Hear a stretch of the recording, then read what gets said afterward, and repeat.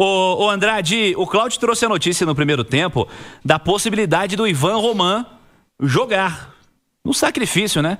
O Chile falou que o Roman teve uma fratura na mão e ia precisar operar. O Atlético não divulgou esta informação. Falou no fim de semana que ele estava em tratamento no departamento médico e o Cláudio está destacando da possibilidade do Ivan Roman ir para o jogo, ir para o Superclássico. Como é que você encara essa notícia, Vinícius? Para mim, uma surpresa só de cogitar nessa possibilidade, né, do Ivan Roman jogar, porque pelo que a Federação Chilena tinha passado, já era caso para cirurgia. Então, no primeiro momento, acho que todo mundo já tratava o Ivan Roman como descartado para esse jogo. Mas, Cirilo, quem sou eu para falar sobre o jogador está apto ou não pela questão médica, né? O Atlético tem um departamento médico que é muito mais capacitado do que qualquer um aqui para dar esse aval. Então, assim, se ele jogar, eu acredito que será com aval do departamento médico do Atlético, mas por mais que seja uma lesão no punho, né, no futebol não se joga com a mão, mas é um esporte de contato. Então, eu acho que isso prejudica.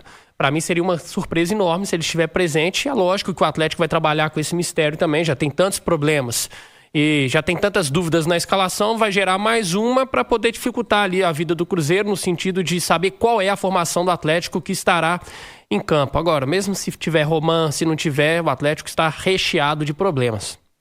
Ô Simões, o outro tema que foi levantado no primeiro tempo, perguntei sobre o Roman para o Vinícius, porque não teve a chance de falar ainda, mas a gente prometeu falar sobre o ataque, né? Estamos falando demais da defesa, vamos falar do ataque também. Como é que você encara essa história do Hulk, hein? Porque o Hulk não está sendo, no pré-jogo, considerado para ser titular. Você disse que utilizaria alguns dados para defender a sua tese de que o Hulk tem que ser titular, Simões? Ô Cirilo, olha só, desde que o Hulk chegou ao Atlético, e isso aconteceu em 2021, são 16 os clássicos entre Atlético e Cruzeiro e ele participou de 15. Ficou de fora apenas de um, que foi 0-0, tá? Tem até um equilíbrio, 6 vitórias do Atlético, 4 empates, 5 vitórias do Cruzeiro. O Atlético marcou 17 gols. Desses 17 gols marcados pelo Atlético, 9 são do Hulk. Isso é mais do que a cada 2 gols do Atlético, 1 é do Hulk. Aí, depois dele que marcou mais, fez 1. Sendo que dos 8 jogadores que marcaram no Cruzeiro, 5 nem aqui estão mais. Zarate, Paulinho, Fux, Nath e Ademir. E o Arana, Saravia e Scarpa fizeram 1. Então, você vai pegar um cara desse tamanho no Clássico, que tem 9 gols marcados sobre o Cruzeiro, que tem um dos chutes mais poderosos do futebol brasileiro, no momento de extrema dificuldade, e vai abrir mão dele. Eu acho que a estratégia do Sampaoli deveria começar pelo Hulk. Dar liberdade ao Hulk, dar condição ao Hulk, dar possibilidade ao Hulk de jogar. Até porque, o Cirilo, eu acho que nos clássicos e em determinados momentos importantes, tá, o coração vale mais do que a tática. E eu acho que o Hulk é o coração, é o pulmão, é a alma, é esse time do Atlético. Desde que ele vestiu a camisa. É o maior ídolo do século, sem dúvida nenhuma. E ele tem na disputa, por exemplo, um cara chamado Ronaldinho Gaúcho. E eu acho que, para esse jogo especificamente, entendo o que o Sampaoli está fazendo. Preservar o Hulk, eu acho que isso inclusive é necessário, mas esse jogo acontece num cenário em que o Hulk jogou contra o Fluminense, que ele começou jogando, ficou no banco contra o Sport, né, Vini? Isso. E já entrou na reta final do jogo, no segundo tempo, e de uma parada. Então, quer dizer, eu tentaria armar uma estratégia para poder contar com esse cara, porque o Hulk não tem os números das últimas temporadas que ele já viveu com a camisa do Atlético, mas de toda forma eu acho que o Hulk é a cara do clássico, tá? E eu escalaria o camisa 7 atleticano. Vinícius Andrade, Hulk titular ou Hulk reserva no Superclássico da próxima quarta-feira? Seria lá um tempo atrás, essa discussão aqui, ela seria inimaginável, né? Não teria discussão. O Simões falou, né? Há um tempo a gente tratava a escalação do Atlético como Hulk mais 10 e ninguém discutia isso. Mas hoje tem discussão. Tem discussão e eu acho que tem argumentos para poder confirmar e para poder apoiar a escalação do Hulk. Um dos argumentos é o que o Simões falou aqui. Na história dos clássicos, ele é super decisivo. O Cruzeiro é a maior vítima da carreira do Hulk, pelo menos atuando aqui no futebol brasileiro. Mas eu acho que tem outros argumentos também para defender, nesse momento, o Hulk começar no banco de reservas. E eu tendo a concordar mais com o Hulk hoje começando no banco de reservas. Simplesmente porque nos melhores momentos do Atlético, sob o comando do Sampaoli, e não foram muitos, né? Porque ainda está acontecendo esse encaixe, o Atlético funcionou melhor com o ataque sem o Hulk. No jogo contra o Mirassol, principalmente no primeiro tempo, que o time produziu bastante, o Hulk também não estava entre os titulares. O jogo contra o Juventude, que não foi uma partidaça, mas o Atlético criou um volume suficiente para fazer gols, criou sem a presença do Hulk, né? Talvez até com o Hulk teria feito com aquele tanto de oportunidades criadas.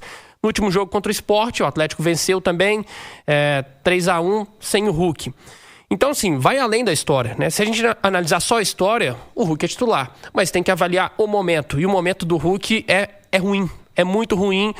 E pelo jogo, talvez você queira ter mais intensidade. Nesse momento, o Rony, que é tecnicamente infinitamente inferior ao Hulk, mas ele te dá mais intensidade do que o camisa 7 atleticano.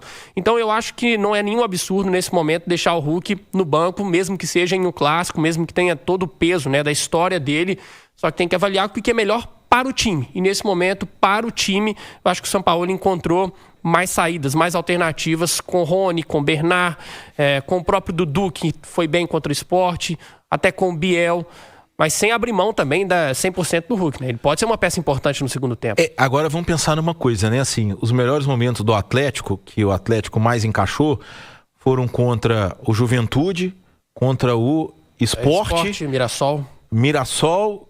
Mas o Mirassol teve a expulsão que contamina o jogo completamente. Aí né? dá pra analisar bem o primeiro tempo. E um início ali que faz o gol de cabeça, né? Do Vitor Hugo, né? O Cruzeiro não é nem o Juventude nem o Sport, né? Há uma distância considerável, inclusive na tabela. O Cruzeiro é o terceiro colocado, o Sport é o lanterna e o Juventude é um virtual rebaixado também. Então, eu acho que existe o peso do jogo, existe o tamanho do jogador, existe o peso do jogador, tá? E por tudo que o Hulk representa no clássico, entendeu? Ter o Hulk pela frente, eu acho que gera um desconforto no Cruzeiro, até pelo potencial que ele tem, não só de chute, como de bola parada, é considerável. Entendo as opções do Sampaoli e respeito, acho sim que tem que ser feito o rodízio, não dá pro Hulk ficar jogando todas como ele jogava até num passado recente, mas de toda forma, não sei, na minha maneira de ver clássico, eu tentaria armar uma maneira que fosse o Hulk e mais 10. Mais 10 não, né? Porque o Everson tem que jogar, o Arana vai jogar, a gente já tem algumas definições. Mas de toda forma é isso. Eu acho que no clássico, o tamanho do jogador, o peso do jogador conta muito. E assim, eu fico em dúvida assim, de analisar de que o Atlético foi bem contra o Juventude, contra o Sport. A gente está falando de times virtualmente rebaixados no Campeonato Brasileiro, né? O Atlético vai encarar o maior rival que briga pelo título, né? Então eu acho que tem esse nível de dificuldade. Claro, eu não queria estar na pele do Sampaoli pelo tanto de problemas que ele tem. Ele pode optar por um time mais reativo e aí realmente talvez faça a opção por não ter o Hulk, mas eu acho que nesse momento eu acho que o Hulk daria peso a esse time do Atlético, sabe? Um time que tá meio, né? Aí perde o Lianco, sabe? É o cara que tem, não sei, tem presença. Hoje, assim, não dá pra gente condenar, pelo menos eu não condeno o Sampaoli se ele não escalar o Hulk pra esse jogo. Não dá pra condenar ninguém. Porque, assim, há algum tempo atrás, isso seria um absurdo. Essa discussão não estaria acontecendo. Não estaria. Mas hoje, se ele tirar o Hulk do time, em prol de ter uma equipe mais intensa, um time com mais mobilidade, pra mim vai fazer sentido. Agora, se ele também optar pelo Hulk, eu não vou tratar como um absurdo. Quando ele teve Hulk e Rony juntos, seja titularidade ou momentos durante os jogos, ele colocou o Rony centroavante e o Hulk por trás do centroavante, né? Então, pra mim, o Hulk fica meio descolado ali do time, porque aquele jogo contra o Fluminense, por exemplo, foi muito mal. Muito mal, a participação ruim, assim, pra mim parece ser um ou outro, pensando numa formação mais comum, assim, nesse Galo que tá jogando. Mas essa discussão não aconteceria há alguns meses e ela acontece agora justamente por conta de um momento técnico que não é bom individualmente falando. Tem atletas sob o comando do Sampaoli que, nesse momento, e o recorte é recente, tá? Esquece história, esquece o que o Hulk representa com a camisa do Atlético. Isso aí não tem discussão. Mas tem atletas que hoje são mais protagonistas no time do Sampaoli do que o Hulk. O próprio Bernard, que o Bernard agora é fora de série, é incontestável? Não, mas ele tem jogado melhor do que o Hulk nesse recorte do Sampaoli. Vamos lá, o Vitor Hugo não está disponível para o Clássico, mas se for pegar um dos pilares do time do Sampaoli, o Vitor Hugo entra nessa conversa. Então, o Hulk hoje, tá? Ele não é um protagonista do time, mas pode recuperar. Eu não acho que o Hulk está descartado, não. Eu acho que enquanto ele estiver aqui, você tem que fazer de tudo para recuperá-lo, porque ninguém esquece de jogar futebol e a história que ele tem no Atlético é simplesmente impressionante. Deixa eu chamar o João Vitor Xavier para a resenha, em nome da 7K. Ô João, queria que você trouxesse as suas expectativas para esse Superclássico. O clima na cidade até muda, né, João? Quando estamos falando de Superclássico, você está chegando também aqui na turma do Bate-Bola. Um abraço, João. Um abraço, Cirilo, um abraço, rapaziada da turma do Bate-Bola. Ô, Cirilo, é sempre um jogo muito gostoso, né? Muito especial. O torcedor passa a semana inteira esperando esse jogo. Como gostava de dizer o nosso Emanuel Carneiro, o clássico começa uma semana antes e termina uma semana depois. O clássico não são aqueles 90 minutos ali de bola rolando. O clássico são os dias anteriores, os dias posteriores, a polêmica da arbitragem, a capacidade de público, como é que os técnicos vão escalar, como é que cada um vai montar o seu time. É impossível negar o favoritismo do Cruzeiro, Cirilo. O Cruzeiro está num time mais arrumado, mais ajustado, mais equilibrado do que o do Atlético no momento, com um encaixe de elenco muito melhor do que o do Atlético, independentemente da semana que é especialmente ruim para o Atlético, pelas convocações para seleções e pelas contusões. Mesmo se o Atlético tivesse com a sua força máxima, o time do Cruzeiro nesse time é melhor e é mais ajustado, é mais arrumado do que o time do Atlético. Agora, quando você coloca para a situação do Atlético, que o Atlético tem todos esses problemas, Cirilo, de contusões, de cirurgias, de jogadores fora, de jogadores servindo seleções. Na hora que você soma isso tudo, aí fica uma coisa explosiva. O desnível do elenco do Cruzeiro para o elenco do Atlético, nesse momento, para esse jogo específico, fica muito grande. Agora, isso quer dizer que o jogo está resolvido? Não. Agora, quer dizer que o Cruzeiro é favorito. Eu acho que o Cruzeiro é o favorito para esse jogo. O Cruzeiro é favorito para essa partida e é favorito para esse momento. Jogar e vencer na Arena MRV não será uma novidade para o Cruzeiro. O Cruzeiro já conseguiu isso algumas vezes recentemente. Agora, o Atlético tem toda a condição de se superar, né? O clássico tem muito disso, da entrega, do coração, da vontade, do cara que vai para o jogo com aquele desdobramento necessário para equilibrar a partida. Então, o fato de jogar em casa, ao lado da sua torcida, e o fato de ser um clássico onde o jogador normalmente se entrega e se desdobra, isso pode equilibrar o jogo para o Atlético. Nunca há nada demais do Atlético vencer com times piores, como o Cruzeiro também venceu com times piores, mas, analisando friamente, de uma maneira equilibrada, Cirilo, o time do Cruzeiro hoje é melhor e o Cruzeiro, nesse momento, para esse jogo, por todas essas características, ele é o favorito para o jogo. Ô João, aproveitando também, nós estamos discutindo o que pode ser, né? Quais podem ser as escolhas aí do Sampaoli. Vai ter que quebrar a cabeça para escalar o time. E, assim, nós estamos falando disso tudo, João, só por conta de uma proximidade de jogos colocados em meio a uma data FIFA, né? Não dá para fugir desse tema, né, João?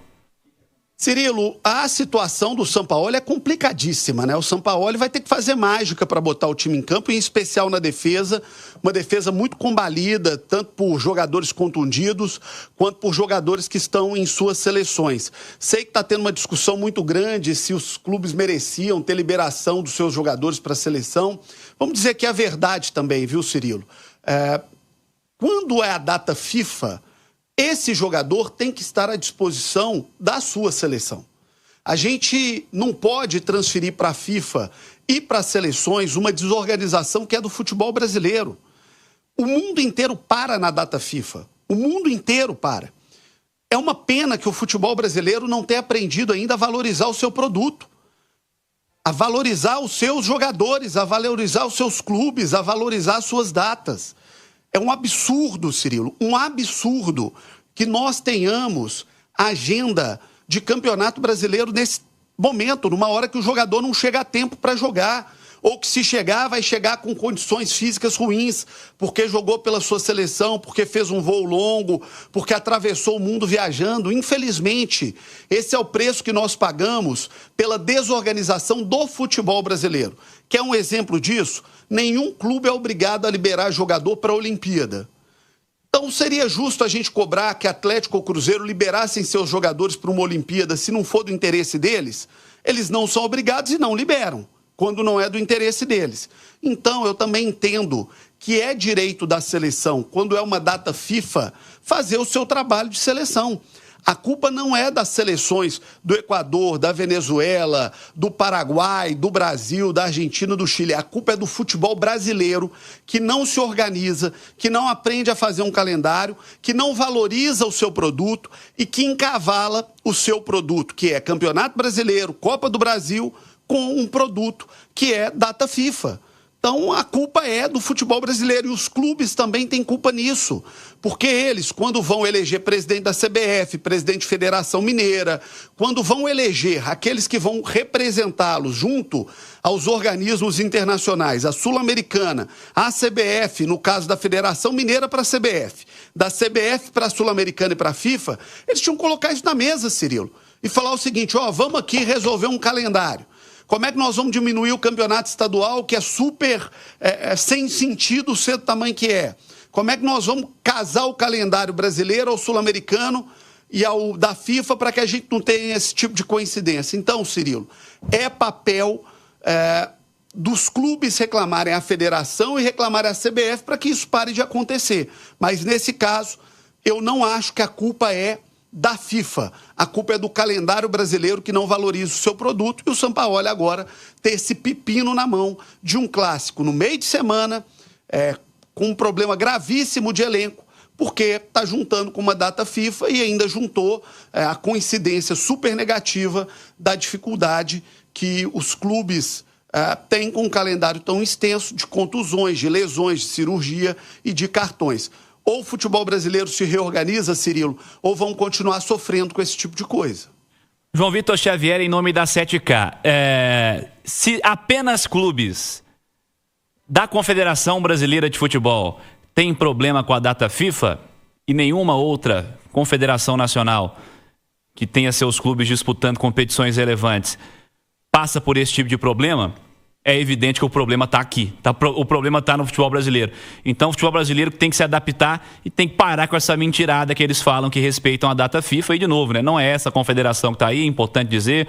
O calendário foi feito pela anterior, mas que a partir de agora a data FIFA seja, de fato, respeitada. Os clubes não têm o que fazer, são obrigados a liberar os atletas, mas os clubes têm que brigar com a Confederação Brasileira de Futebol para que a data FIFA seja respeitada e eles não sejam prejudicados, como é o normal de acontecer por aqui já há muito tempo. E eu tenho a impressão que veio piorando nos últimos anos em vez de melhorar.